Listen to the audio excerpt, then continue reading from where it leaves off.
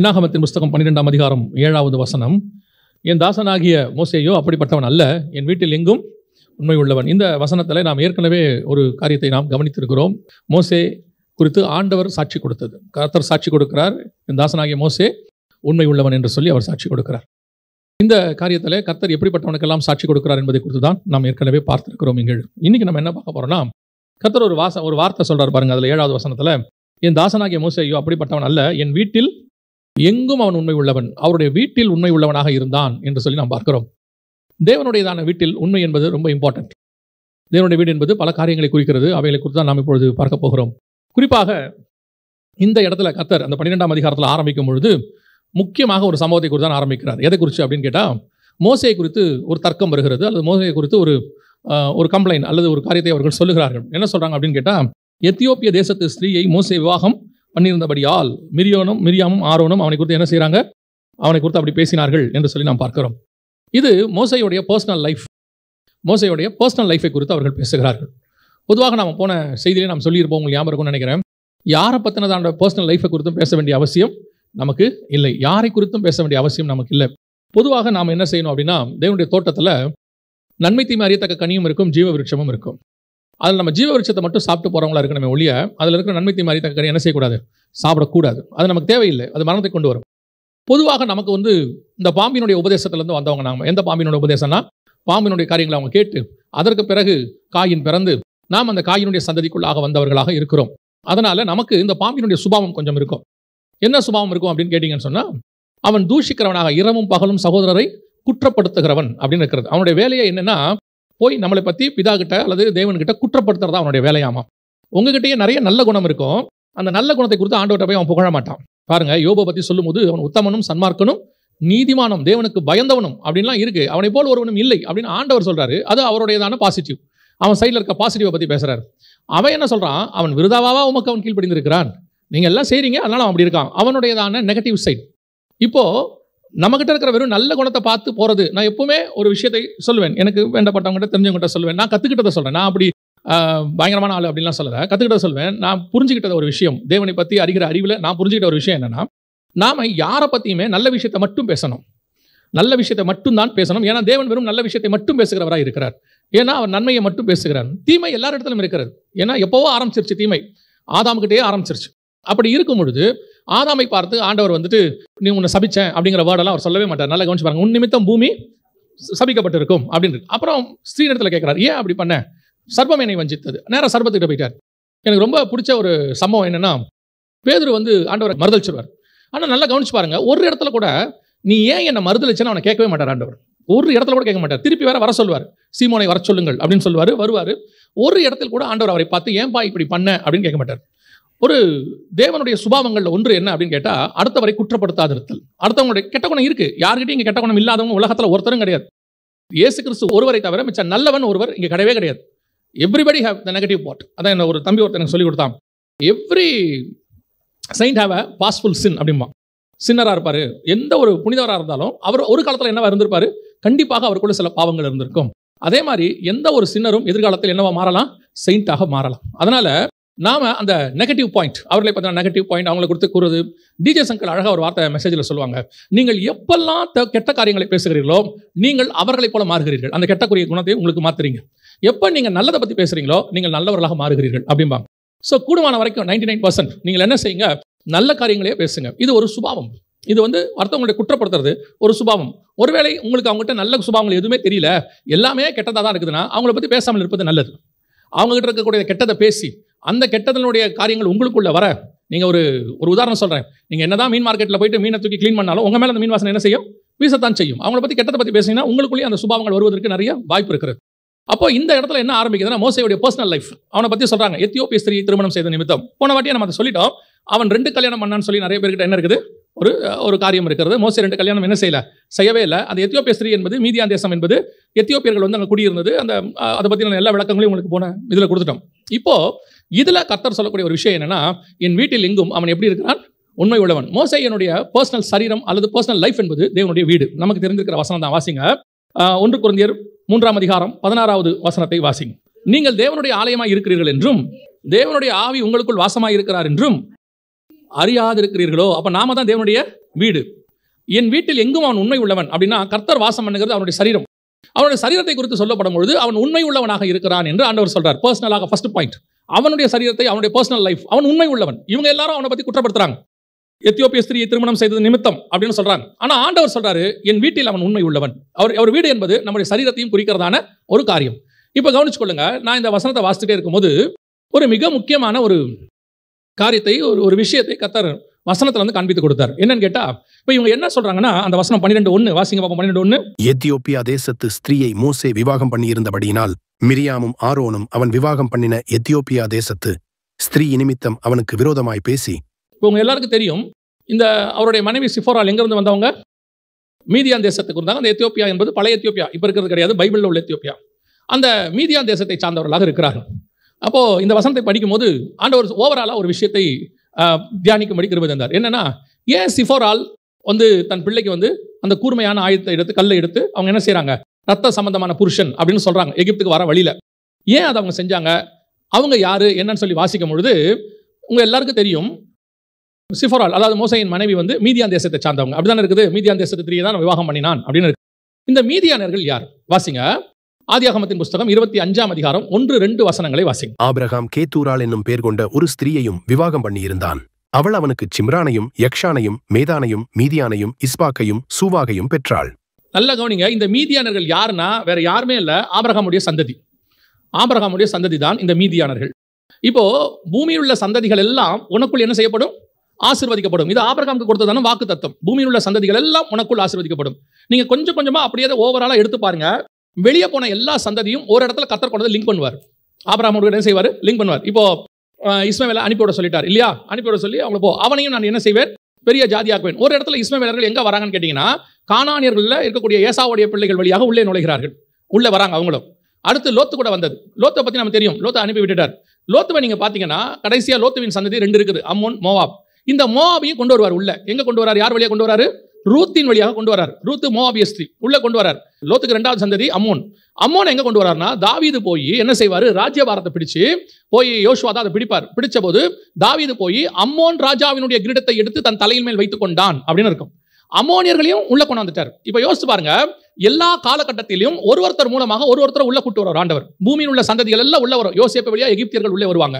இப்போ லோத்தினுடைய ரூத்தின் வழியா மோவாபியர்கள் உள்ளே வருவாங்க, அம்மோனியர்கள் உள்ளே வருவாங்க. அதே மாதிரி தான் தேவனுடைய திட்டம் எப்படி இருக்குன்னா, எல்லாரையும் அவருடைய காணியாட்சிக்குள் கொண்டு வர வேண்டும். எல்லாரையும் கர்த்தர் நேசிக்கிறார். எல்லாருக்கிட்டையும் கர்த்தருடையதான கிருபை வெளிப்படுகிறது. எல்லாருக்கும் ஒரு வாய்ப்பு கொடுக்கிறார். அப்படி ஒரு வாய்ப்பு தான் மீதியானியர்களுக்கு மோசே வழியாக கொடுக்கப்படுகிறது. மோசே லேவி கோத்திரத்தை சார்ந்தவர். இவர் போய் என்ன பண்றாரு? அங்க இருக்கிற, இதை இப்படி பார்க்கணும், அங்க இருக்கக்கூடியதான ஒரு ஸ்திரீ, ஒரு சபையை, புறஜாதி சபையை கொண்டு வரார். உள்ளே வரும்போதும் எந்த சட்டத்திட்டமும் மீறப்படவில்லை. நியாய பிரமாணத்தின்படி விருத்த சேதனம் பண்ணக்கூடியதான அந்த பிள்ளை வந்து சேர்ந்து கொண்டால் அதுக்கும் இதுக்கும் ஒரே பிரமாணம் என்று வேதம் சொல்கிறது. மிகச்சரியாக கர்த்தர் துல்லியமா கொண்டு வரார். அந்த எல்லா முறைமையின்படி தான் மோசே செஞ்சிருக்கிறார். அவர் கூட்டிட்டு வரும்போது ஒன்னு தேவ திட்டம், மீதியானர்கள் உள்ளே வரணும். இன்னொன்று நியாயப்பிரமாணத்தின்படியும் செய்யப்பட்டிருக்கிறது. இதுல எந்த மீறுதலும் இல்லை. இன்னும் சொல்ல போனா நியாயப்பிரமாணம் இன்னும் முழுமையாக வரவே இல்லை. ஆபிரகாம் கொடுக்கப்பட்ட ஒரே நியாயப்பிரமாணம் விருத்த சேதனம் செய்வது. அதையும் கரெக்டாக அவர் செஞ்சுட்டார். இப்ப எந்த விதத்துல நீங்க பாத்தீங்கன்னாலும் மோசே நியாயப்பிரமாணத்தையோ அல்லது மனசாட்சி பிரமாணத்தையோ எதையுமே அவர் தாண்டல. பெர்ஃபெக்டாக தான் இருக்கிறார். இது எதுவுமே இவங்க 2 பேருக்கு தெரியாது. இந்த தேவ திட்டம் இவங்களுக்கு தெரியாது. இதுக்கு பின்னாடி இருக்கிற காட்ஸ் பிளான் தெரியாது. ஏன் மீதியானர்கள் உள்ள வராங்கன்னு தெரியாது. இப்ப நாம பல நேரத்துல காடோடைய திட்டத்தை தெரியாம தான் ஒருத்தரை பத்தி பேசிட்டு இருக்கோம். ஏன் காட் அவங்களை அப்படி நடத்துறாரு? அதுக்கு போனதுக்கான காரணம் என்ன? இப்போ ஆண்டவர் வந்துட்டு தாவீதை வந்து அனுப்பி விடுறாரு. அனுப்பி விடும் போது சீமேயி அதை எப்படி பார்க்கறான்னா, சவுலுக்கு இவன் செஞ்சதுக்காக தான் என்ன செய்யுது, இப்படி நடக்குது அப்படின்னு பார்க்கறாரு. ஆனால் இது எதுக்கு நடக்குது? அப்சலோம் விஷயத்துக்கு நடக்குது. ஆண்டவர் அந்த காரியத்தை நீதிக்கு சரி கட்டுகிறார். திருப்பி தாவீது கொண்டு வரார். ஆண்டவரே திருப்பி சரி பண்ணி கொண்டாரார். இப்போ பல நேரத்தில் நாம் சீமேய்களை போல தான் இருக்கிறோம். ஏன், எதனால இது நடக்குது? அதுக்கு பின்னாடி இருக்கிற காட்ஸ் பிளான் நமக்கு தெரியாது. ஒரு மனுஷன் தாழ்ந்து போனால் உடனடியாக அவனை தாழ்த்துவது, ஒன்று கீழே தள்ளனா கூட சேர்ந்து இவங்களை தூக்குனா உடனே எப்படி? இது தேவையில்லாத விஷயம். ஏன் தெரியுமா? ஒவ்வொருத்தனுக்கு பின்னாடியும் தேவ திட்டம் இருக்கிறது. உங்களுக்கும் எனக்கும் தான் ஒருத்தன் தப்பு பண்ணிட்டானா அவனுக்கு தண்டனை கொடுக்கணும். தேவனுடைய திட்டம் எப்படி இருக்கும் தெரியுமா? பவுலுடைய இருதயம் மாதிரி இருக்கணும். ஒருத்தன் தப்பு பண்ணா என்ன சொல்றார் பவுலு? நரகத்துக்கு அவன் ஆத்மாவை தப்பிக்கும்படி சாத்தான் இடத்துல ஒப்பு கொடுக்கிறேன். அப்படின்னா என்ன அர்த்தம்? சாத்தான் என்ன செய்வான்? சரீரத்தை ஒரு வழி பண்ணி விட்டுருவான். தலையிலேருந்து கால் வரைக்கும் பரு வந்துடும். அப்படி மொத்தத்தையும் அழிச்சு ஒழிச்சிருவான். எது போனாலும் பரவாயில்ல, அவன் ஆத்மா தப்புவிக்கப்படணும்னு பவுல் விரும்புறார். இதுதான் தேவனுடைய அன்பு. சில நேரத்தில் கர்த்தர் ஏன் சிக்ஷைக்குள்ள நடத்துறாரு தெரியுமா? நம்ம கிட்ட இருக்கிற காரியங்களை எல்லாத்தையும் ரிமூவ் பண்ணி எப்படியாவது நம்ம ஆத்மாவை பரலோகத்துக்கு கூட்டிட்டு போகணும். இதைத்தான் மற்றவர்களுக்கும் செய்யறாரு. இப்ப நமக்கு எப்படி இருக்கு தெரியுமா? மற்றவங்களுக்கு அந்த காரியத்தை கர்த்தர் செய்யும் பொழுது நமக்கு எப்படி தோணுது? கர்த்தர் தண்டிக்கிறார், கர்த்தர் நொறுக்கிறார், கர்த்தர் அழிக்கிறார். இல்லவே இல்லை. கர்த்தருடைய மனநிலை புதிய ஏற்பாட்டை பொறுத்த வரைக்கும் அப்படி இல்லையே இல்லை. எந்த கடைசி நிமிஷத்தில் சிலுவையில் தொங்குற கல்லனை கூட காப்பாற்ற வேண்டும் என்று தான் கர்த்தர் விரும்புகிறார்.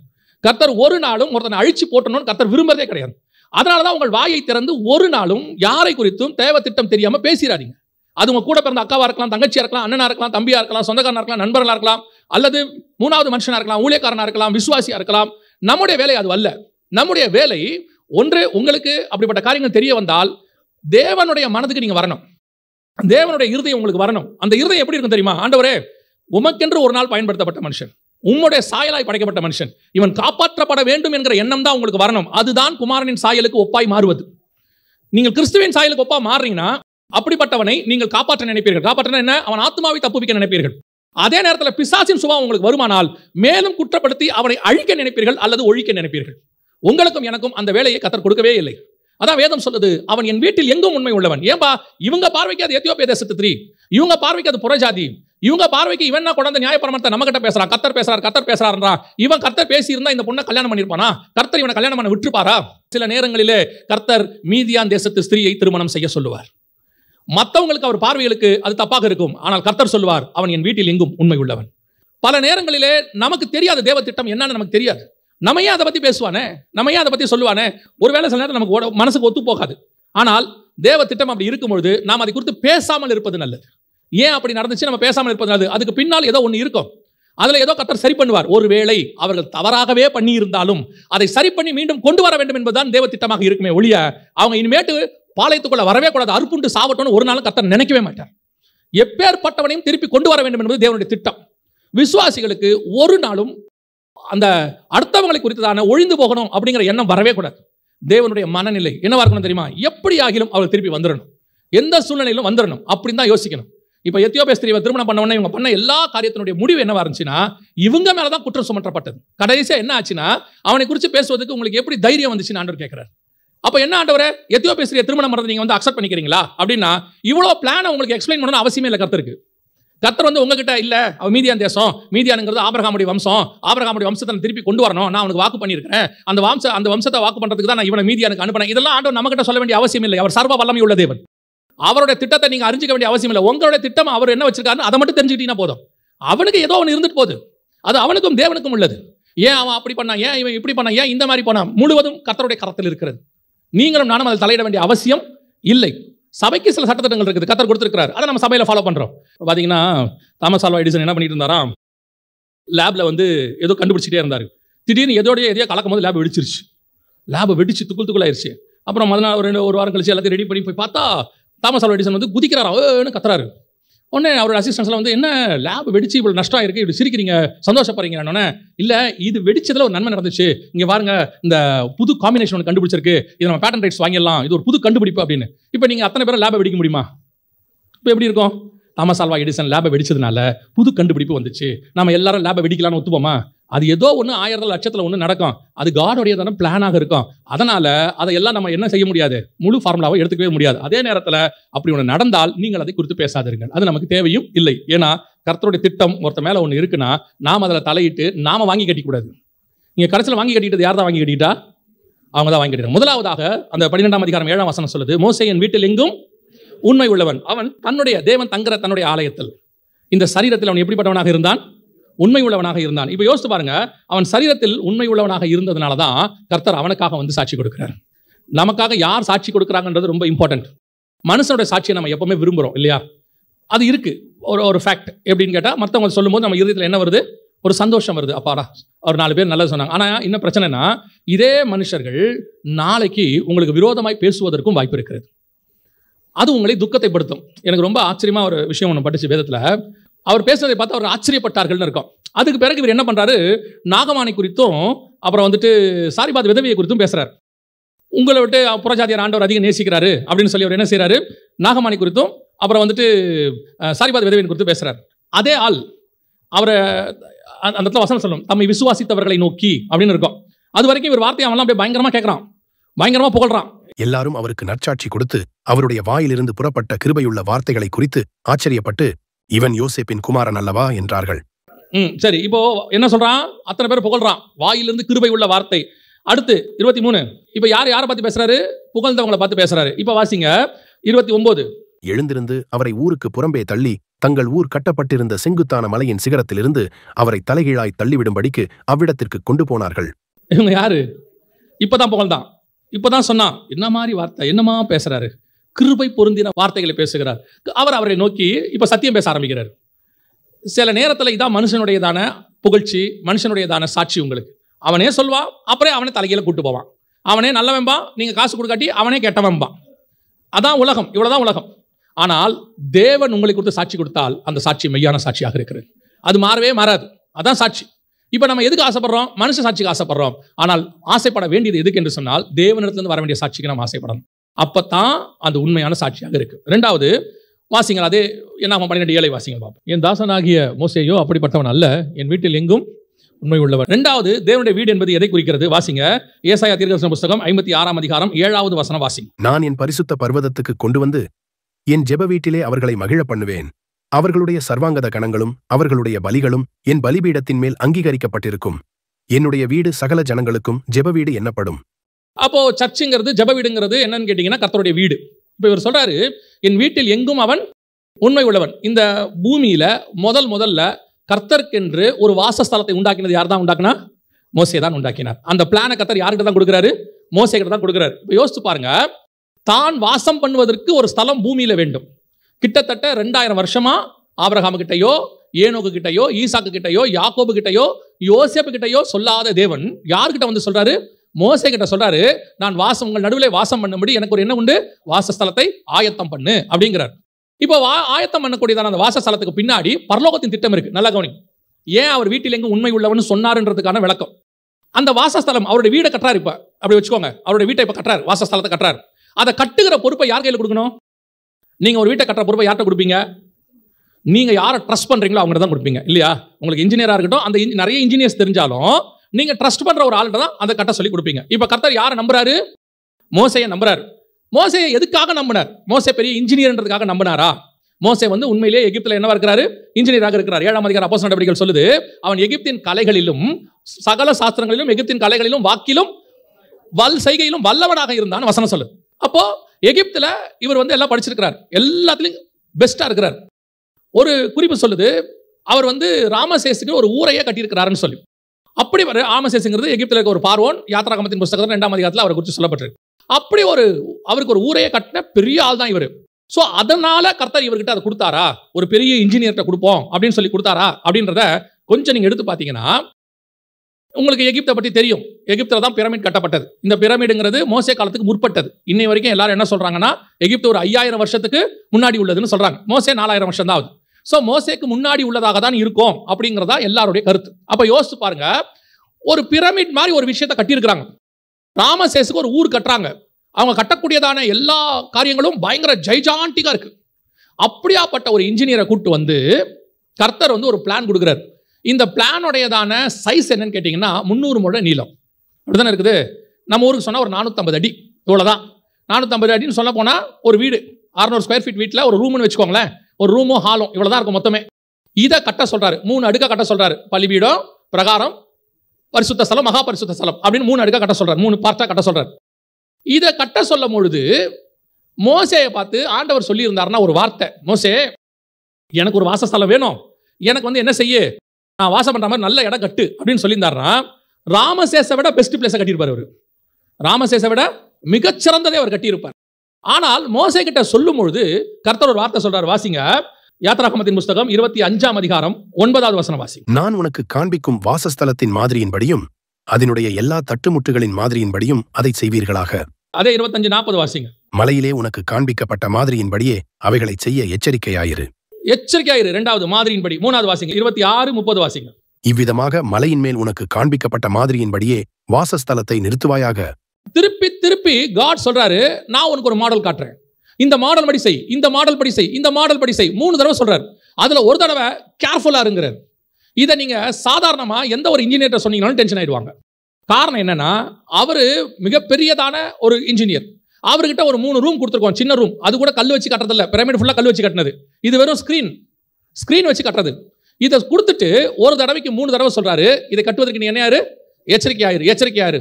ரெண்டாவது, மாதிரியின்படி கட்டு, நான் என்ன கொடுத்தனோ அப்படி செஞ்சு கொடு. அப்படின்னா என்ன அர்த்தம்? பரலோகத்திலிருந்து தேவன் ஒன்று ஒரு மாடல் பரலோகத்தில் வச்சிருக்கிறார்.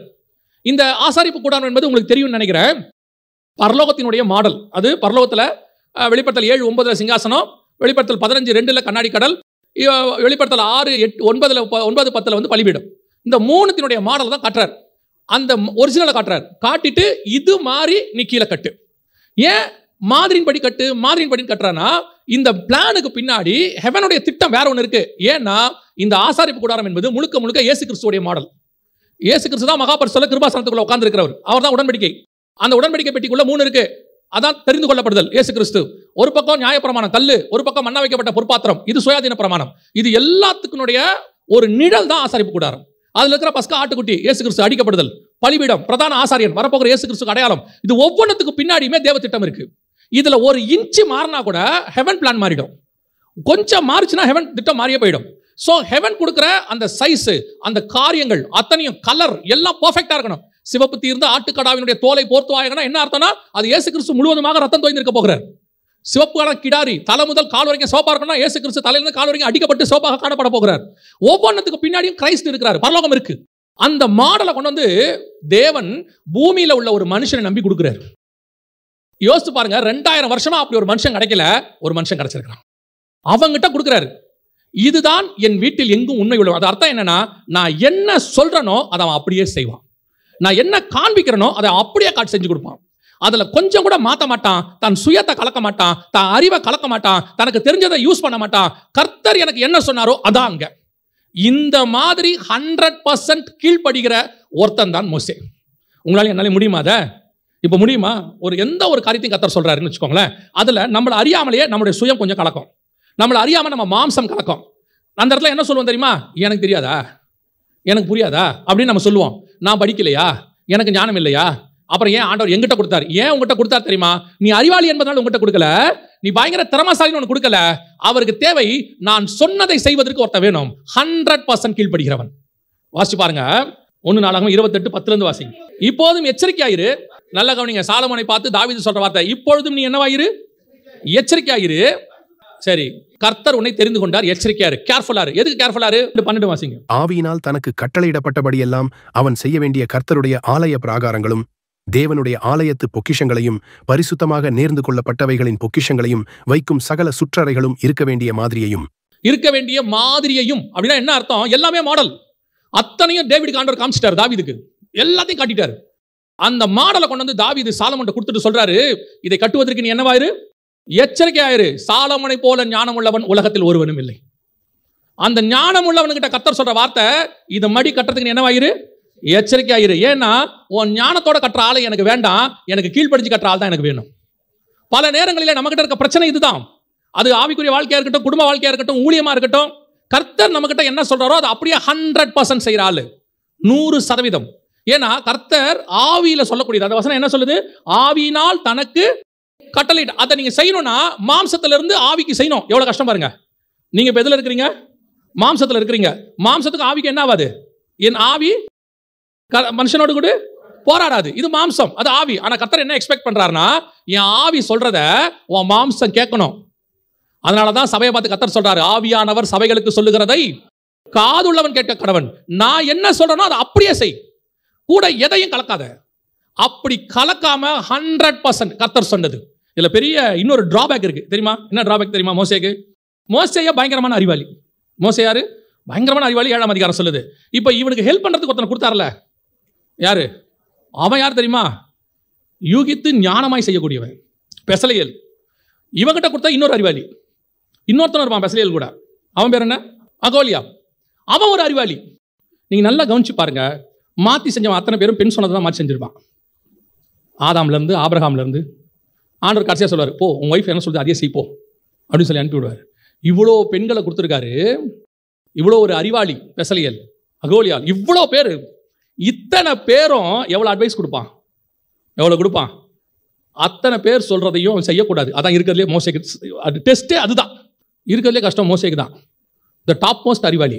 பெசலியல், ஒரு பக்கம் அகோலியார், ஒரு பக்கம் ஞானாந்தர ஸ்திரீகள், இவ்வளோ பேர் உட்காந்துருக்காங்க. இது பத்தாதுக்கு அவங்க அக்கா மிரியாம் வேற அப்பப்போ வரும். தம்பி என்னடா பண்ற அக்கா, இந்த மாதிரி ஆண்டவர் உன்னையே நான் தானே காப்பாற்றினேன், சும்மா எங்கிட்டே வந்து பேசாதடா, உன்னை நான் மட்டும் அன்னைக்கு உன்னை பெட்டியில் வச்சு தண்ணியில் விடாமல் போயிருந்தா அப்படிங்கும். ஊழியத்தில் இருக்கிறதுலே கஷ்டம் யார் தெரியுமா? கூட இருக்கிறவனை சமாளிக்கிறது தான். புற ஜாதியாருக்கு கூட நீங்கள் வச்சு ஊழியத்தை பண்ணிடலாம், யாரை வச்சு பண்ண முடியாது தெரியுமா? இந்த கூட ஒரு 10 பேர் இருப்பாங்களே. மோசேயோடைய பெரிய கஷ்டம் என்னன்னு கேட்டிங்கன்னா, இவ்வளோ அறிவாளிகளையும் வச்சுக்கிட்டு இவ்வளோ காரியங்களையும் வச்சுக்கிட்டு கர்த்தர் சொல்கிறத செய்யணும். கர்த்தர் சொல்கிறாரு, என் பேச்சையும் அவன் கேட்பான், மனுஷன் பேச்சையும் கேட்க மாட்டான். என் வீட்டில் எங்கும் அவன் உண்மை உள்ளவன். நான் என்ன கொடுத்தனோ அதை அப்படியே செஞ்சு கொடுப்பான், பர்ஃபெக்ட். அதில் எதுவுமே மாறாது, இன்ச்சு கூட மாறாது, கலர் மாறாது, கல் மாறாது, ஆடு மாறாது, மாடு மாறாது, எதுவும் மாறாது. என்ன நான் சொன்னேனோ அதான் சொல்றாரு. இன்னைக்கு யோசிச்சு பாருங்க, ஊழியத்தின் பாதையில அல்லது தனிப்பட்ட வாழ்க்கையில, உங்க பிள்ளைகள் வாழ்க்கையில கர்த்தர் சொல்றதை உங்களால் செய்ய முடியுமா? கர்த்தர் ஒன்று சொன்னா செய்ய முடியுமா? முடியாது. எங்க அம்மா கிட்ட ஒரு பெரிய ப்ளஸ் பாயிண்ட் இருந்துச்சு. நான் எப்போ அந்த ஒரு விஷயத்தில் எங்க அம்மா பார்த்து நான் சந்தோஷப்படுவேன். நான் வந்துட்டு திடீர்னு ஒரு நாள் வந்து எங்க அம்மாட்ட சொன்னேன், அதுவும் தேவ திட்டமாக தான் இருந்துச்சு. நான் இந்த மாதிரி லண்டனுக்கு வேலைக்கு போறேன் அப்படின்னு. எங்க அம்மா சரி போப்பான்னாங்க. அடுத்த வார்த்தை எங்க அம்மா சொன்ன, சரி போயிட்டு வாப்பான்னாங்க. அப்போ டிக்கெட்டுக்கெல்லாம் காசு வேணும்னு கொடுத்தாங்க, போயிட்டு வந்தாச்சு, போயாச்சு. அங்கே போனோடனே 1 வருஷம் கழிச்சு ஆண்டவர் சொல்றாரு, நீ இந்தியாவுக்கு போ ஊழியத்துக்குன்னு சொல்றாரு. இவங்க தான் காசு கொடுத்துருக்காங்க, டிக்கெட் காசு எல்லாம் இவங்க தான் கொடுத்துருக்காங்க. அவங்களோட வச்சிருந்த காசெல்லாம் எடுத்து கொடுத்துட்டாங்க எனக்கு. இப்போ நான் அங்கே போயிட்டேன். அங்கே போய் 1 வருஷத்தில் ஆண்டவர் சொல்றாரு, இந்தியாவுக்கு போ அப்படின்னு சொல்றாரு. இப்போ திருப்பி எங்கள் அம்மாட்ட ஃபோன் பண்ணி சொல்றேன், ஆண்டவர் இந்தியாவுக்கு போக சொல்றாரு. எங்கள் அம்மா ஒன்றுமே சொல்ல, சரி வந்திருப்பான்னாங்க. எனக்கு அது ஒரு பெரிய ஆச்சரியமா இருந்துச்சு. எங்கள் அம்மாவை தவிர இன்னும் என் ஃப்ரெண்டு ஒருத்தருக்கான், 2 பேரை தவிர ஒருத்தர் கூட நான் ஊழியத்துக்கு வரதை ஆமோதிக்கவில்லை, எதிர்த்தார்கள். 2 பேர் தான் சரி வந்திருப்பா அப்படின்னாங்க. எனக்கு ஆச்சரியம், ஏன்னா காசு கொடுத்தது அவங்க தான், நியாயமா அவங்க தான் எனக்கு திட்டணும். சுற்றி இருக்கிற எல்லாரும் ஒன்றும் கொடுக்கல, கொடுத்தால் ஒருத்தர் அவங்க தான் திட்டி இருக்கணும். ஆனால் அவங்க சொன்ன வார்த்தை சரி வந்திருப்பா. இந்த மாதிரி கர்த்தர் சொன்னது அப்படியே ஓகேன்னு அக்செப்ட் பண்ற ஆளுங்க கூட இருந்துச்சுன்னா பிரச்சனையே இருக்காது. இந்த சொல்ற ஆளு அகைன்ஸ்டா சொல்லும், அதெல்லாம் இல்லை, அதெல்லாம் கர்த்தர் உங்களை ஊழியத்துக்கெல்லாம் கூப்பிடல அப்படிம்பாங்க. அப்படி கர்த்தர் ஊழியத்துக்கு கூப்பிட்டா ஏன் இப்படிலாம் நடக்குது அப்படின்னு டிஸ்கரேஜ் பண்ணுவாங்க. இந்த மாதிரி ஆட்கள்லாம் கூட இருப்பாங்க. இதை நீங்க காதுல வாங்கக்கூடாது, அதான் இருக்கிறதுல ரொம்ப முக்கியம். பல நேரங்களிலே கர்த்தர் சொன்ன திட்டத்துக்கு விரோதமாய் ஒரு கூட்டம் பேசிட்டே இருக்கும், கேட்கவே கூடாது காதுல. அந்த நேரத்தில் சவுல் மாதிரி இருக்கணும், காது கேளாதவனை போல இருந்தான், சிவுடு மாதிரி ஆயிடணும். என்ன வேணா சொல்லட்டும், கர்த்தர் சொன்னதை மட்டும்தான் நான் செய்வேன், அதை தாண்டி ஒன்றும் செய்ய மாட்டேன். அப்படி பட்டவனை பார்த்து தான் கர்த்தர் சொல்லுகிறார், என் வீட்டில் எங்கும் அவன் உண்மை உள்ளவன். இன்னைக்கு நம்ம அப்படிப்பட்டதான தேவ திட்டத்துக்குள்ள இருக்கிறோமா? கர்த்தர் சொல்றது அப்படியே செய்யக்கூடியது, அப்படி ஒரு மனநிலை உங்களுக்கு வரணும். ஆண்டவர் சொல்லிட்டாரா, அதில் மாற்று கருத்தே கிடையாது, நோ அதர் சான்ஸ். நான் என்னுடைய பிள்ளைகிட்டலாம் சொல்லி வச்சிருக்கிறேன், கர்த்தர் உங்களுக்கு என்ன சொல்றாரோ செஞ்சிருங்க. அது படிப்பா இருக்கட்டும், எதுவாக இருக்கட்டும், கர்த்தர் சொல்றாரா செஞ்சிருங்க, அவ்வளவுதான். இதுல என் விருப்பம் அவங்க மேல எதுவுமே கிடையாது. அவங்க செய்ய போறதுக்கு துணையா நிக்கணும், அது காட்ஸ் வில்லா இருந்தா துணையா நிக்கணும், அது மட்டும் தான் என் வேலை, மொத்தமே அவ்வளவுதான். ஏன்னு சொன்னா ஒவ்வொருத்தரையும் கர்த்தர் ஒரு திட்டத்தோட தான் வச்சிருக்கிறார். அப்போ மோசே கிட்ட ஒரு பிளான் கொடுக்கும்போது, பெசலேலா இருக்கட்டும், அகோலியா இருக்கட்டும், ஞானாந்தர ஸ்திரீகளா இருக்கட்டும், அத்தனை பேரும் மோசேக்கு கர்த்தர் என்ன சொன்னாரோ அதை செய்வதற்கு தான் இவங்க எல்லாரும். இவர்கள் எல்லாரும் இவர்களுடையதான ஐடியாஸை இவங்க சொல்றது நல்லாவே இருக்கும், பெஸ்டாவே இருக்கும். ஆண்டவருக்கு தேவை தி பெஸ்ட் இல்ல, த ஒபீடியன்ட். ஆண்டவர்கிட்ட இல்லாத பெஸ்டா? பூமியை விடவா நீங்க சிறந்த படைச்சிட போறீங்க? வானத்தை விடவா சிறந்த நீங்க படைக்க போறீங்க? மனுஷனை விட தி பெஸ்ட் ப்ராடக்ட் உங்களால செய்ய முடியுமா உலகத்துல? முடியவே முடியாது. இந்த தி பெஸ்ட் ஆண்டவர் நம்மளை செஞ்சு வச்சிருக்காரு. அவர் ஒன்னு சொல்றாருன்னா அதுல ஏதோ ஒரு காரணம் இருக்கும், அதை செஞ்சுட்டு போயிட்டே இருங்க. அப்பதான் அவர் உங்களை பார்த்து ஒரு சாட்சி கொடுப்பார், இவன் என் வீட்டில் எங்கும் உண்மை உள்ளவன்.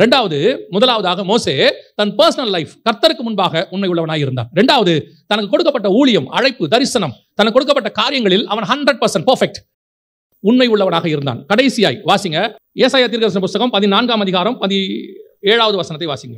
உலகத்தை வனாந்தரமாக்கி அதன் நகரங்களை அழித்து சிறைப்பட்டவர்களை தங்கள் வீடுகளுக்கு போக விடாமல் இருந்தவன் என்பார்கள். இந்த வசனம் 14, 17 ஏசாயா யாரை பத்தி சொல்லப்படுது அப்படின்னு கேட்டீங்கன்னா, பிசாசை பத்தி சொல்லப்படுது. அந்த 14ஆம் அதிகாரத்தில் யாரை குறித்து சொல்லப்படுற வார்த்தைன்னா, பிசாசை பற்றி ஆண்டவர் சொல்லிக்கிட்டே வராரு. ஆராதனை கொடுத்து தலைவனாவேன், சிங்காசனத்தை போடுவேன்லாம் சொன்னியே, இப்போ நீ தள்ளப்பட்டு போட்டியே அப்படின்னு சொல்லும் போது அவனுக்கு உள்ள ஒரு சுபாவமாக என்ன சொல்லப்படுது அப்படின்னா, அந்த வசனம் திருப்பி வாசிங்க. உலகத்தை வனாந்தரமாக்கி அழித்து சிறைப்பட்டவர்களை தங்கள் வீடுகளுக்கு போக விடாமல், அதனாலதான் இவனுக்கு பேரு மரணத்துக்கு அதிபதி, பாதாளத்தின் திறவுகோல் இவங்க கையில் இருந்துச்சு. சிறைப்பட்டவர்கள் எல்லாம் மேல் பாதாளத்தில் இருந்தவங்க. இவங்க எல்லாரும் மேல போகாம, அதாவது தங்கள் வீடுகளுக்கு, ஆண்டவர் சொல்றாரு, நான் உங்களுக்கு ஒரு வாசஸ்தலத்தை உண்டு பண்ணுவேன். அந்த வாசஸ்தலம் கர்த்தர் நியமித்தது. ஆபிரகாம் சொல்றாரு, அதை அல்ல, அதிலும் மேன்மையான பரம தேசத்தையே அவன் நாடினான். ஆனா வசனம் சொல்லுது, வாக்கு தத்தம் பண்ணப்பட்டதை அடையாமல் போனார்கள். எபிரேயர் 11:39 இருக்கு. வாக்கு தத்தம் ஏன் அப்படின்னு கேட்டா, இயேசு கிறிஸ்து வந்து விடுதலையாக்குற வரைக்கும் இவங்க சிறைப்பட்டவர்கள், அவர் ரத்தம் சிந்துற வரைக்கும் இவங்க சிறைப்பட்டவர்கள், அவர் மரணத்தை ஜெயிக்கிற வரைக்கும் இவங்க சிறைப்பட்டவர்கள். இவங்களை பிசாசு என்ன பண்ணி வச்சிருக்கானா, பாதாளத்தில் அடைச்சு வச்சிருக்கான். சிறைப்பட்டவர்களை தங்கள் வீடுகளுக்கு போக விடாமல் தடுத்தவன். வீடுனா என்ன? பரலோகத்தில் ஒரு வீடு இருக்கு. வீடுனா செங்கல் போட்டு ஜல்லி போட்டு கட்டுறது இல்ல, உடனே இவரும் தரிசனத்தில் பார்த்தார் போல வீடு, அந்த வீடு அல்ல. வசனம் சொல்லுது, அழி உள்ளதான இது அழியாமையும் சாவுக்கு ஏதுவான இது சாவாமையும் தரித்துக் கொள்ளும். கர்த்தர் நமக்கு அங்க ஒரு மகிமையின் சரீரம் வச்சிருக்கிறார். அதை தான் போய் நம்ம வாசம் பண்ண போறோம். பரலோகத்தில் நம்ம குடியிருக்க போகிறோம். இதான் பைபிள் நமக்கு பண்ணுறதான வாக்கு தத்தம். அப்படி போகும்போது, ஏன்னா இங்க சரீரம் மண்ணோட போயிடும், நம்ம ஆத்மா தான் புறப்பட்டு போக போகுது. இது போய் அங்க ஒரு இடத்துல வாசம் பண்ணும். ஒரு நாள்ல செய்யப்பட்டது இந்த மண்ணில் செய்யப்பட்ட சரீரம் நமக்கு 2000 வருஷம் ஆண்டவர் செஞ்சுட்டு இருக்கிறார். அது ஒன்று இருக்கு. அந்த மாதிரி பழைய ஏற்பாட்டு பரிசுத்தவான்களுக்கு எல்லாருக்கும், எல்லா மனுஷங்களுக்கும் கர்த்தர் வச்சிருக்கிறார் ஜெயம் பெறுகிறவர்களுக்கு. அப்படி அந்த வீடுகளுக்கு போக விடாமல் இந்த மரணத்தின் நிமித்தம் அவங்க தடுத்து வச்சிருக்கிறாங்க. யாரை பத்தி சொல்லப்பட்டிருக்கு? பிசாசை பத்தி சொல்லப்பட்டிருக்கு. ஆனா ஒண்ணு நல்லா கவனிச்சு பாருங்க, இத்தனை பேரை தடுத்த பிசாசால ஒரே ஒருத்தனை மட்டும்தான் தடுக்க முடியாம போச்சு. அவன் வீட்டுக்கு போயிட்டான். யூதாவின் புஸ்தகம் 9வது வசனம் வாசி. பிரதான தூதனாகிய மிகாவேல் மோசேயினுடைய சரீரத்தை குறித்து பிசாசுடனே தர்க்கித்து பேசின போது அவனை தூஷணமாய் குற்றப்படுத்த துணியாமல், கர்த்தர் உன்னை கடிந்து கொள்வாராக என்று சொன்னான். இதுதான் பரலோகத்தின் குவாலிட்டின்னு சொன்னேன். ஆரம்பத்தில் சொன்ன பாருங்க, ஒரு தூதன் கூட இன்னொரு பிசாசை கூட அவன் என்ன செய்ய மாட்டேங்கிறானா, தூஷணமாய் துணிகரமாய் தூஷணமாய் குற்றப்படுத்த துணியாமல் ஒரே வேர்ட் சொன்னா, கர்த்தர் கடிந்து கொள்வாராக. அவனை திட்டணும்னா எத்தனை கெட்ட வார்த்தை வேணா திட்டலாம் பிசாசை. எல்லாத்துக்கும் அவன் தகுதி தானே, எவ்வளவு வேணா சொல்லலாம். கெட்ட வார்த்தை கூட வேண்டாம், கொஞ்சம் கோபப்பட்டா திட்டலாம்ல. ஆனா வசனம் சொல்லுது, அவனை என்ன சொல்றது, குற்றப்படுத்த துணியாமல், தூஷணமாய் குற்றப்படுத்த. ஏன்னா அது பிசாசுடைய சுபாவம். அவனை பார்த்து அவன் சொல்றான், கர்த்தர் உன்னை கடிந்து கொள்வாராக. ஏன் இந்த கான்வர்சேஷன் வந்துச்சுன்னா, எல்லாரையும் வீடுகளுக்கு போக விடாம தடுத்துட்டான். அத்தனை பேரையும் தடுத்துட்டான் பிசாசு. ஒரே ஒருத்த மட்டும் மிஸ் ஆயிட்டான். அவன் கேட்கறான், மோசேயின் சரீரம் எங்க? மோசேயோட சரீரம் எங்க? ஏண்டா, மரணத்துக்கு அதிபதி நான் சொன்ன பழத்தால தான் சாப்பிட்டதுனால தான் மரணமே வந்துச்சு. ஸோ மரணிக்கிற அத்தனை பேர் எங்க வரணும்? எங்கிட்ட வரணும். இங்க அந்த ஆத்மா எங்க வரணும்? இங்க வரணும். அப்ப அவனை எங்க புதைச்சிங்கன்னு சொல்லுங்க. அவனை புதைச்சிருந்தீங்கன்னா கண்டிப்பா என்ன வரும்? அந்த ஆத்மா இங்க வந்திருக்கணும். மேல் பாதாளத்துக்கோ தாழ்ந்த ஏதோ ஒரு இடத்துக்கு வரணும். ரெண்டும் என் கண்ட்ரோல்ல இருக்கு. அதுதான் பிசாசுடைய கேள்விக்கான அர்த்தம். அவனை கேட்கிறான், எங்கே மோசேயின் சரீரம்? இப்ப யோசித்து பாருங்க, மோசேயின் சரீரத்திற்காக கர்த்தர் வழக்காடுகிறார். எனக்கு ரொம்ப ஆச்சரியமான ஒரு விஷயம் என்னன்னா, நம்ம ஆண்டவர் வந்து மரணமே இல்லாத டிசைன்ல இருக்கிறவர். அவருக்கு என்ன கிடையாது? மரணமே கிடையாது. எனக்கு ரொம்ப ஒரு பிடிச்ச விஷயம் என்னன்னா, இயேசு எங்கேயாவது மரண வீட்டுக்கு போனார்னா அங்கே மரணம் இருக்காது, ஃபியூனரல் நடக்காது. அந்த வீட்டில் ஃபியூனரல் நடக்காது. 400 விதவின் வீட்டுக்கு போனாலும் ஃபியூனரல் நடக்காது. எவருவின் வீட்டுக்கு போனாலும் ஃபியூனரல் நடக்காது. ஒருவேளை ஃபியூனரல் முடிஞ்ச வீடு, லாசர் வீடு, அங்கே போனாலும் மரணத்தை ஜெயிச்சிருவார். இவர் போனார்னா அங்கே என்ன இருக்காது? மரணம் இருக்காது. இவர் ஒரு ஃபியூனரல் நடத்துறாரு பாருங்க. ஃபியூனரலே க்ளோஸ் பண்ற ஒருத்தனுக்கு என்ன பண்ணியிருக்கிறாரு? வாசிங்க அந்த வசனத்தை. உபாகமத்தின் புஸ்தகம் 34ஆம் அதிகாரம் 6வது வசனம் வாசிங்க. அவர் அவனை மோவாப் தேசத்தில் உள்ள பெத்பேயோருக்கு எதிரான பள்ளத்தாக்கிலே அடக்கம் பண்ணினார். இந்நாள் வரைக்கும் ஒருவனும் அவன் பிரேத குழியை அறியான். இவர் வந்து ஜீவன் உள்ளவர். இவர் ஆவி. நல்லா கவனிங்க, இவர் எதுல இருக்கிறாரு? ஆவி. இவர் எந்த சரீரத்தை அடக்கம் பண்றாரு? மோசேயின் சரீரத்தை அடக்கம் பண்ணுகிறார். காரணம் என்ன? அதான் கேள்வி. ஏன் அவன் சரீரத்தை இவர் அடக்கம் பண்ணணும்? இப்போ இவன் கேட்கிறான், அவன் சரீரம் எங்க அப்படின்னா என்ன அர்த்தம்? அவன் பாதாளத்துக்கு வரல, அவன் வீட்டுக்கு அவன் போயிட்டான். புரியுதா? இப்ப கர்த்தர் அவனை கொண்டு போயிட்டாரு, அடக்கம் பண்ணிட்டாரு. ஆத்மா எங்க போச்சு தெரியாது, பாதாளத்துக்கு வரல, அவ்வளவுதான். எங்க போச்சுன்னு தெரியல, பாதாளத்துக்கு வரல. இப்ப இவனை பத்தினதான சாட்சியா என்னன்னா, சிறைப்பட்டவர்களை தங்கள் வீடுகளுக்கு போக விடாமல் தடுத்தவன். ஆனா மோசையோட சாட்சி என்னன்னா, அவனை தடுக்க முடியாது, அவன் அந்த வீட்டுக்கு போயிடுவான். இதுதான் மோசையின் சாட்சி. யோசித்து பாருங்க, அவனை குறித்து தான் கர்த்தர் சாட்சி கொடுக்கிறார், என் வீட்டில் எங்கும் அவன் உண்மை உள்ளவன். அவனுக்காக இறங்கி ஒருத்தர் ஃபியூனரல் நடத்தி பிசாசு கிட்ட இருந்து பாடியை வாங்கி அடக்கம் பண்ணி ஆத்மாவை கொண்டு போயிட்டார் எங்கேயோ. அப்ப அவன் வீட்டுக்கு அவன் போயிட்டான்னு அர்த்தம். அப்படின்னா எந்த அளவுக்கு அவன் உண்மை உள்ளவனாக இருந்தால், பரலோகம் மீன்ஸ் அவர் இருக்கிற பரலோகம் இல்லை, பாரடைஸ்னு வச்சுக்கோங்க, பரதீசிக்கு அவனை கொண்டு போய் சேர்த்துட்டார். பாருங்க, எவ்வளவு பெரியதான ஒரு காரியம் இருந்தால் மோசே மேல கர்த்தருக்கு இப்படி ஒரு திட்டம் இருக்கும், எவ்வளவு பெரிய உண்மை இருக்கும் பாருங்க. இதனாலதான் கர்த்தர் மோசேயை குறித்து சாட்சி கொடுக்கிறார், அவர் என் வீட்டில் எங்கும் உண்மை உள்ளவன். யோசித்து பாருங்க, நம்மளுடைய சரீரத்தை குறித்து, மரணத்தை குறித்து, மரணத்தில் கர்த்தர் ஃபியூனரலுக்கு வரணும். நிறைய பேர் சில காரியங்கள் சொல்லுவாங்க.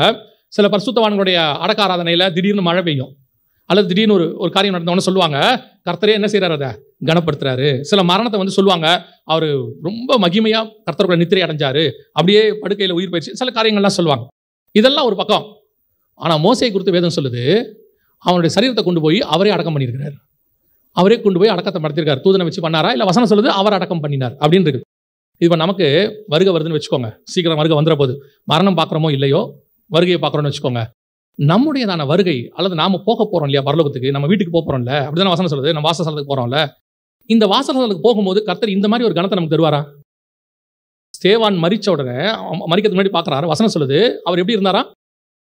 பரலோகம் திறந்திருக்கிறதையும் பிதாவின் வலது பார்சத்தில் இயேசு ஏன் நிற்கிறாரு? அவர் உட்கார தானே செய்யணும்.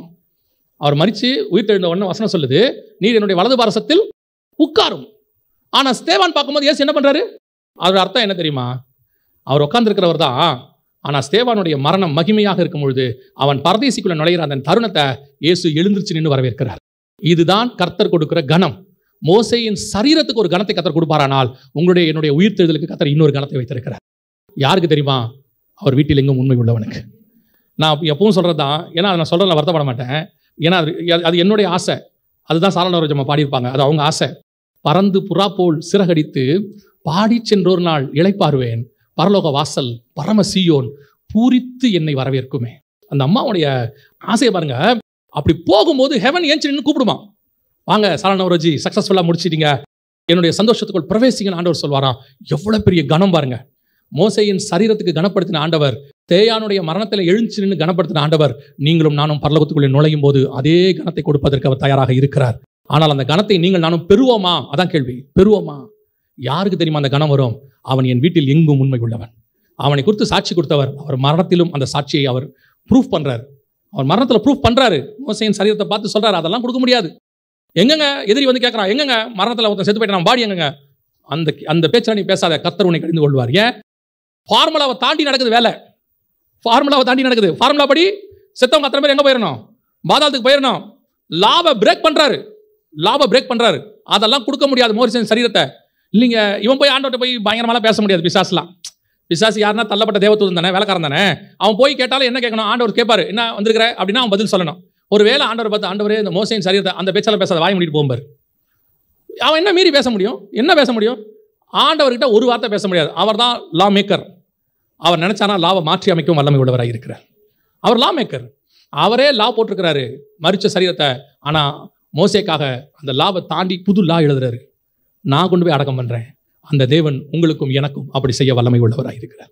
பட் நீங்கள் நானும் அப்படி ஒரு லைஃப் இருக்கிறோமான்றதான் இப்போ கேள்வி. இது என்னன்னா, மோசேக்கு என்ன கனங்கிறது ஓகே, பட் எதுக்கு இது எழுதி கொடுக்கப்படுகிறது? உங்களையும் என்னையும் பரலோகம் எப்படி வரவேற்கும்? நம்மளெல்லாம் பரலோகம் பார்த்து கூப்பிடுவாது செய்யுமா? நம்மளெல்லாம் பார்த்தா பரலோகம் சந்தோஷப்படுமா? நம்ம நுழையும் போது பரலோகம் ஏதாவது ஒரு வார்த்தை அந்த அம்மா எதிர்பார்த்த மாதிரி அது சொல்லுவாங்க இன்னொரு பாட்டில், வீணை நாதம் தொனித்திடும் நேரம் வரவேற்பு அளிக்கப்படும், என்னை பேர் சொல்லி இயேசு கூப்பிடுவார், எனக்கு ஆனந்தம் பொங்கிடுமே அப்படிவாங்க. கொஞ்ச காலம் இயேசுக்கான ஒரு பாட்டு இருக்கு. அதில் சரணரஜமா சொல்லுவாங்க, வீணை நாதம் தொனித்திடும் நேரம் வரவேற்பு அளிக்கப்படும். யாருக்கு? அவங்களுக்கு. எல்லாரும் இன்னும் வரவேற்பாங்களாம். அதில் பேர் சொல்லி என்னை கூப்பிடுவார், சாலனோரஜி வா அப்படின்னு கூப்பிடுவாராம். அந்த மாதிரி ஒரு ஒரு ஒரு ஜெய்சாண்டிக்கான என்ட்ரன்ஸ். அப்படி பரலோகத்துக்குள்ள நுழையும் பொழுது ஆண்டவர் நம்மளை பார்த்து நமக்காக வைராக்கியமாக, ஸ்தேவானுக்கு எழுந்திருச்சு நின்ன ஆண்டவர் நமக்கு ஏஞ்சி நிற்கணும்னு நான் சொல்லலை, நம்மளுக்கு ஒரு சாட்சி. யோபுவை பார்த்து பரலோகத்தோட சொல்றாருல, உத்தமனும் சன்மார்க்கனும் நீதிமான், அந்த மாதிரி அந்த அம்மா சொல்றாங்க, என்னை பேர் சொல்லி கர்த்தர் கூப்பிடுவார். யாருக்கு இதெல்லாம் நடக்கும்? வசனம் சொல்லுது, என் வீட்டில் எங்கும் அவன் உண்மை உள்ளவன். அப்படிப்பட்டவனுக்கு நானே இறங்கி அடக்காராதனை பண்ணுவேன். அப்படிப்பட்டவனுக்கு நானே எழுந்திருச்சு நின்று வரவேற்பேன். அப்படிப்பட்டவங்களை நான் பேர் சொல்லி கூப்பிடுவேன். பிதாவுக்கு முன்பாக உன் நாமத்தை சொல்லுவேன். அந்த தேவன் உங்களுக்கும் எனக்கும் அப்படி ஒரு கனத்தை கொடுக்க வல்லமை உள்ளவராக இருக்கிறார். அல்லேலூயா. நீங்கள் அந்த சாட்சியை வாங்க முடியுமா? என் வீட்டில் எங்கும் அவன். ஜெபம் பண்ணலாமா? நம்ம எல்லாரும் எழுந்திருக்கலாமா? ஏதோ செய்திக்காக இதெல்லாம் சொல்லலை. இது நம்முடைய வாஞ்சையாக இருக்கணும். இது நம்முடைய விருப்பமாக இருக்கணும். ஒரு புஸ்தகத்தை குறித்து ஒரு தங்கச்சி சொல்லிக்கிட்டே இருந்தா, அண்ணன் இந்த புஸ்தகத்தில் இப்படி இருக்குன்னு. அந்த புஸ்தகம் என்ன சொல்லுதுன்னா, அமெரிக்காவில் கருப்பர்கள் அடிமைப்பட்டிருந்த காலத்தில் அந்த அடிமைத்தனத்துக்குள்ள இருந்த ஒரு பெண் அவங்க முடிவெடுக்கிறாங்க, பைபிள் வாசிக்கிறாங்க.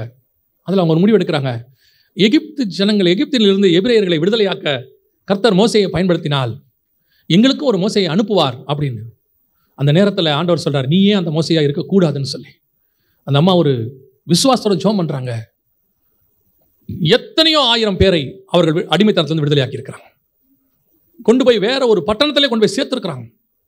உயிரை பணைய வச்சு செஞ்சிருக்கிறாங்க. இன்னைக்கும் அவங்களுக்கு பேர் மோசஸ் தான் பேர். கர்த்தரால் பயன்படுத்தப்பட்ட பெண் மோசஸ் அவங்க அப்படின்னு பேர். யோசித்து பாருங்க. நீங்க ஆசைப்படணும், என்னை பயன்படுத்துங்க ஆண்டவரே, நான் உண்மை உள்ளவன் சாட்சி வாங்கணும் ஆண்டவரே, என் வீட்டில் எங்கும் உண்மை உள்ளவன். பர்சனல் லைஃபாக இருக்கட்டும், கொடுக்கப்பட்ட அழைப்பில், தரிசனத்தில், அந்த ஆசாரிப்பு கூடாரம் கட்ட சொன்னதில், என்னை நம்பி கொடுத்த ஊழியத்தில், வேலையில், எனக்கு கொடுக்கப்பட்டதான பணத்தில், எல்லாத்திலையும் ஒரு சாட்சி வாங்கணும், நான் உண்மை உள்ளவன். கடைசியாய் எனக்கென்று நியமிக்கப்பட்டதான ஒரு வீடு இருக்கிறது, வாசஸ்தலம், அதில் நான் சாட்சி வாங்கணும், நான் உண்மை உள்ளவன். இது ஒரு வாஞ்சியாக இருக்கணும். ஒப்பு கொடுப்போமா? உண்மையிலேயே இது உங்களுக்குள்ள ஒரு வாஞ்சையா, ஒரு விருப்பமா, நான் இப்படி இருக்கணும் அப்படின்னு உங்களுக்கு தோணுனா மட்டும் உங்கள் கரங்களை தேவனுக்கு நேராக உயர்த்தி, ஆண்டவரே என் வாழ்க்கை இப்படி ஒரு வாழ்க்கையாக இருக்கணும், ஆண்டவரே என் வாழ்க்கை இப்படி ஒரு வாழ்க்கையாக இருக்கணும், என்னை பார்த்து பரலோகமே பூரித்து வரவேற்கணும், பூரித்து வரவேற்கணும், எக்ஸைட் ஆகணும். பரலோகம் வரும்போது ஹெவன் ஏஞ்சி நிற்கணுமா? ஸ்தேவானுக்கு நின்றுச்சான். அதைத்தான் சரவணமா சொல்கிறாங்க. ஒப்பு கொடுப்போமா தேவ சமூகத்தில்? நான் என்டர் ஆகும் பொழுது பூமியில் மட்டும் இல்லை, ஊழியத்தில் மட்டும் இல்லை, பரலோகத்திலும் சாட்சி வாங்குறவனாக இருக்கணும். சர்வ வல்லமை உள்ள எங்கள் தகப்பனே, நாளுக்காக உமக்கு நன்றி. கிருபையுள்ள கரத்தில் எங்களை தாழ்த்துகிறோம். எங்களை நம்புங்க ஆண்டவரே, எங்களை நம்புங்க.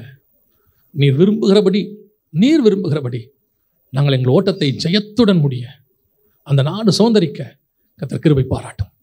வந்த ஒவ்வொருத்தருக்கும் இந்த வார்த்தை நல்ல விதையாய் விழட்டும், 100க்கு 100 முளைக்கட்டும்.